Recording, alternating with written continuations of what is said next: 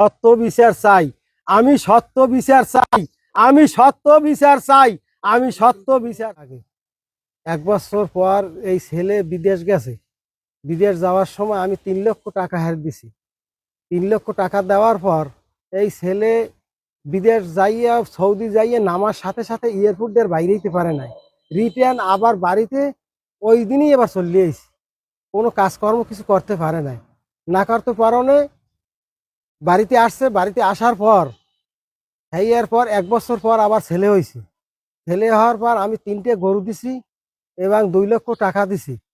2 লক্ষ টাকা দেওয়ার পর এরপর মেয়ে ঘর সংসার করছে।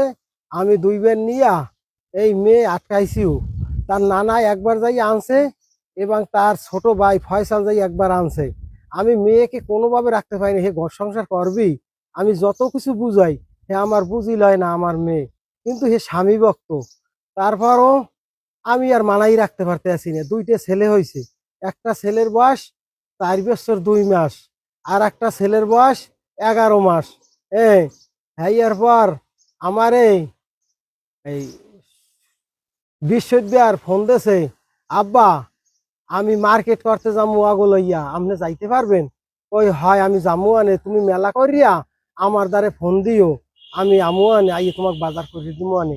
তবে আমার মেয়ে নাতি আরো 2টা আছে, অগদুও লইয়াইও, আমি একবারে কিনে দিব আনে, আমি একবারে কিনে দিব আনে। এরপর আসিয়া এরপর আমি দোকানে যাই, আর পছন্দ করছে, আমি টাকা দিছি এবং গাড়িতে উঠাইয়া রিজার্ভ গাড়ি করিয়া এরপর আমার বড় জামাইয়ের কাছে আরো আমি 200 টাকা দিছি, যাগো মজা কিনে দাও, ওরা খাও। এরপর ওরা বাড়িতে চলে গেছে। বাড়িতে চলে যাওয়ার পর আমি জুমার নামাজ পড়িয়া এরপর আমি আবার ফোন দিছি যে আমার ফুর্তি বাজ করবে, নাতিকে বাজার টাজার করিয়ে দিছি। নাতিরে কি খুশি হয়েছে না বেজার হয়েছে, এই হিসেবে আমি আবার ফোন দিছি যেন আগে মনটা আনন্দ থাকে। এই জন্য আমি ফোন দিছি, কুশলাদি জিগেছি। না কইছে যে এই হোজাইফা হে ওই ঘুমাইছে, আর রফিকুল হে ওই গাড়ি দিয়ে গাড়ি টাড়ি কিনে দিয়েছেন না, হে খেলাধুলা করে। যাক ঠিক আছে। এরপর 7টার পর আবার আমি মসজিদ দিয়ে আইয়া আমি আবার ফোন দিছি পর আমার ফোন রিসিভ করতে পারে নাই, ফোনের দূরে থাকাকালীন এরপর পরে আই দেখে যে আমার কল, মেয়ে আবার আমার মিস কল দিয়েছে পর আমি আবার পুরোনো এবার ব্যাক করছি যে কোনো কিছু আবার কেউ কিছু বলছে টালছে নাই, বাজার টাজার আর কিছু লাগে নাকি, এই জন্য আমি এবার ফোন দিছি। না এরকম কোনো সমস্যা আমি দেখি না। হ্যাঁ, জামাই হেকা লাগিয়ে ঘরে পৌঁছে নাই, জামাই ডিউটি 7টা বাজার ডিউটি ওহিন্দে আমনের পর্যটক আইছে। তা আমি আবার ওই 7টার দিক দিয়ে গেছি, ওই সময় আর কি একই টাইমে। পরবর্তীতে কি ঘটনা হয়েছে না হয়েছে আমি আর বলতে পারি না। আমি তো এরপর নামাজ পড়তে গেছি, তারাপি নামাজ এসার নামাজ পড়িয়ে আইছি পর আমি খানা দানা খাইয়া আমি ঘুমাইছি। ঘুমানোর পর রাত্র অনুমান 12টার দিক দিয়ে আমার কাছে ফোন দিয়েছে আমার জামাই ফরাত যে আসিয়া এরকম গলায় দড়ি দিয়ে মারা গেছে। আমার মন সাক্ষী দেয় না যে আমার মাইয়ে মারা গেছে। আমি এরকম অলিম্পিক কোনো ঘটনা দেখি না। আমার শুধু 2টে মেয়েই, আমার মেয়েকে আমি কোনো সময় কষ্ট দিয়ে রাখি নাই, আর কষ্টে আমরা হেরা বসবাস করেও নাই। এরকম কোনো দুঃখ প্রকাশ হ্যাঁ গো মনের ভিতর নাই। এরপর আমি আর দেখতে পারি না। যখন আমি ওই মৃত্যুর কথা শুনছি তখন আমি অজ্ঞান হয়ে পড়ে গেছি। তারপর আমার আত্মীয় স্বজনে আমাকে গাড়ি বরিয়া অঙ্কুজপাড়া জামাইয়ের বাড়িতে নিয়ে আসছে। জামাইয়ের বাড়িতে নিয়ে আসার পর আমি দেখি যেই রুমে থাকে ঘরের উত্তর সাইডে বারান্দায় ওই রুমে চকি আছে, ওই চকিতে উত্তরমুখী হিতেন দেওয়া, বালিশু হিতেনের তলে আছে, কিন্তু আমার মায় শুয়ে রয়েছে, কোনো কথা বলে না। আমি আর আবার ওইখানে পড়ে গেছি। আমার ভাষায় আর আমি কিছু বলতে পারি নাই। এই ইতি আমার শেষ। এরপর আর আমার কোনো বক্তব্য নাই। আমি সত্য বিচার চাই।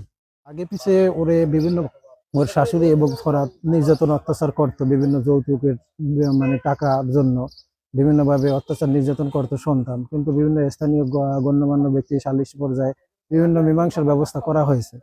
এক পর্যায়ে 2টা ছেলে হয়েছে, ভাগ্নি তার সংসার করবে, যত কষ্ট হোক স্বামীর অত্যাচার সহ্য করে সে সংসার করবে।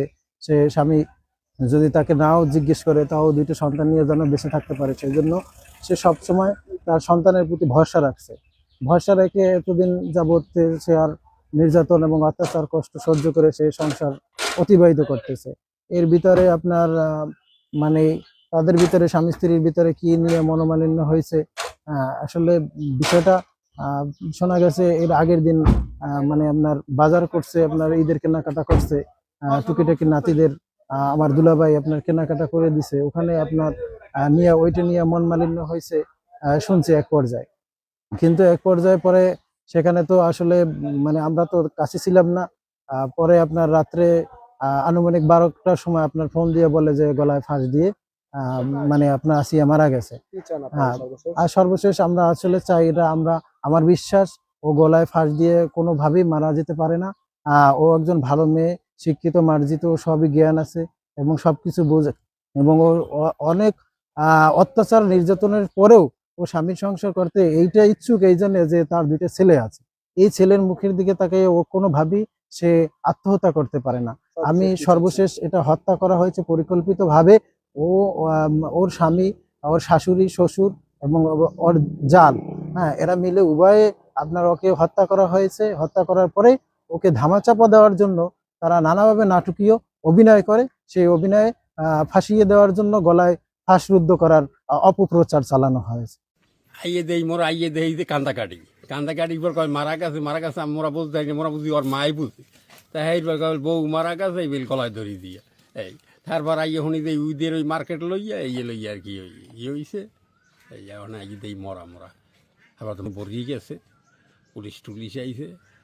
তারপর আর কি বাড়ির ওই বোর স্বামী আর হৌরে হ্যাঁ গো আর পুলিশেও পায় না আর দেখাও হয় না, কেমন লাগে ইয়ে হয়েছে। আর আরো কথা থাকতেই হেঁকেলি হারা সঠিক হ্যাঁ। ভাইয়া এটা ওর যখন বিয়ে হয়েছে, বিয়ের পর থেকেই তারা আপনার বোন? আমার বোন, আমার খালাতো বোন। কি নাম ওর? ওর নাম আসিয়া। আচ্ছা, কি হয়েছে বলুন তো? ওর এই বিবাহ দেওয়ার কিছুদিন পর থেকেই ওর জামাই যে ফরহাদ, সে অনেক মারামারি করতো, করতো, এ নিয়ে অনেকবার সালিশি ব্যবস্থা হয়েছে। এলাকার গণ্যমান্য ছিল, তাদের মাধ্যমে ও বাড়িতে গিয়া আবার নিয়ে আসছে। পরবর্তীতে এবার এইরকমই চলছে। তারপরে এই বিয়ের বয়স 7 বছর, 2টা বাচ্চা আছে, একটার বয়স 4 বছর এবং আরেকটার বয়স 10 মাস। তারপরে এখন এই যে কিছু ঈদের সামগ্রী নিয়ে একটু টুকটাক সমস্যা হয়েছে, একটু দুজনের ভিতরে একটু গালাগালি হওয়ার কারণে সে রাত্রে নির্মমভাবে তারা হত্যা করছে। তার পরিবারের সবাই তার এর সাথে জড়িত। আমরা সেখানে গিয়েছি এবং সব প্রমাণ পেয়েছি। রাখছে আগে চাই আর শাশুড়ি হাই পড়ে বেড়া আর দুইটা আর সবাই মিললে আইডে মারছে, নাহলে আর জামাই কোনোদিন একলা মারতে পারে না। জানি না, আমি ছিলাম না, আমি আইছি সকালবেলা। আপনি কি চান?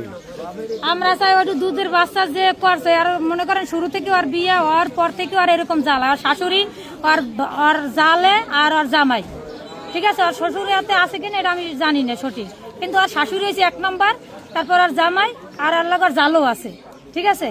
এরা বহুতবার আনছে, আবার হাত পা ধরে নেয়, আবার আনে হাত পা ধরে নেয়, এরকম জ্বালাইতে এই পর্যন্ত মনে করেন এই শেষ জ্বালান। তাহলে এই বাচ্চা থুইয়ে কি কোনো মানুষ মারে? এরকম মারিয়ালা নির্দিষ্ট ভাবে তুই একটা পিড়ান দিতি, 2টা থাবর দিতি, নাহলে তুই রাখবি না, তুই তালাক দিয়ে দিতি। যার বেড়া হে বেটা 2টা মাইয়া, আর কোনো পোলাপান নাই, হে খাওয়াইতো।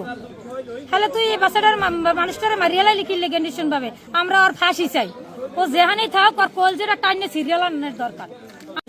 এই মহিলারা যে মারা যাচ্ছে 2টা সন্তান থুইয়া, তারপর তার জালে ঘরে আছে, তার শাশুড়ি ঘরে আছে, তার শ্বশুরের ঘরে আছে, তাকে উপর দিয়ে যে মহিলারা মারছে, তাই তারাও তো অত্যাচার করছে, তারা তো আরো বাঁচায় নাই।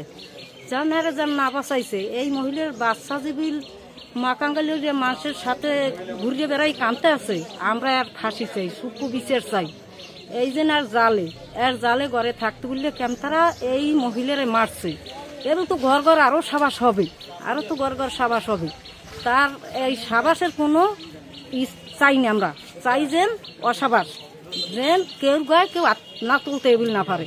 ধরেন আইস এই কাণ্ডটা করি হেলাইছে, 2টা সন্তান থুইয়া, আর মা কানতে আছে, বাপ কানতে আছে, এই যে বেড়ার বাচ্চা 2টা মার, 2টা মেয়ে, এই ছোট মেয়েই মাইরি হেলাইছে। এও অনেক কষ্ট করছে মাইয়েগুলো গিয়া, অনেক জামাইকে অনেক আদর করছে। জামাই বাড়িতে না খাইয়েও আইছে, আইয়ে কইছে যে আমি খাইয়েছি, বা তুই কইছে বাড়িতে জামাইগো সুখ চাইছে, মাইয়ের সুখ চাইছে। তো ইয়ে প্রকাশ করে নাই যে আমার মাইয়ের জ্বালায় যন্ত্রণা অনেকবার আনলে বলে সালিশ মকদ্দমা করিয়া আবার নিছি, নেওয়ার পরে নিয়ে ধরেন মারিয়ে লাইছি। মারার পরে এর সুক্কু বিচার হয় কি, এর জালে যে ঘরে আনলে এর জালে আর বাঁচাইতে পারতে না, এর শাশুড়ি ঘরে আনলে বাঁচাইতে পারতে না, এর শ্বশুরের ঘরে আছে বাঁচাইতে পারতে না। না পারলে আমি আইনের ঘরে ফোন দিতাম, আমি পাড়াবসী মানুষ ডাক দিতাম যে দেখেন আমার দেওয়ারের লাগে পারিনি, আমার দেওয়ারে মাতাল হরি হারে মারিয়া লাইতেছে, আপনি আর বাঁচান।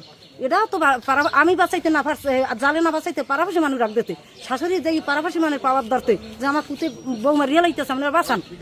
হ্যাঁ, তাহলে এটা যখন না করছে, এরা এই শাশুড়িও মিললে মারছে, এই জালও মিললে মারছে, শ্বশুরও মিললে মারছে, এগো সুক্কু বিচারক, এগো ফাঁসির হুকুমত, এগো ফাঁসি চাই আমরা।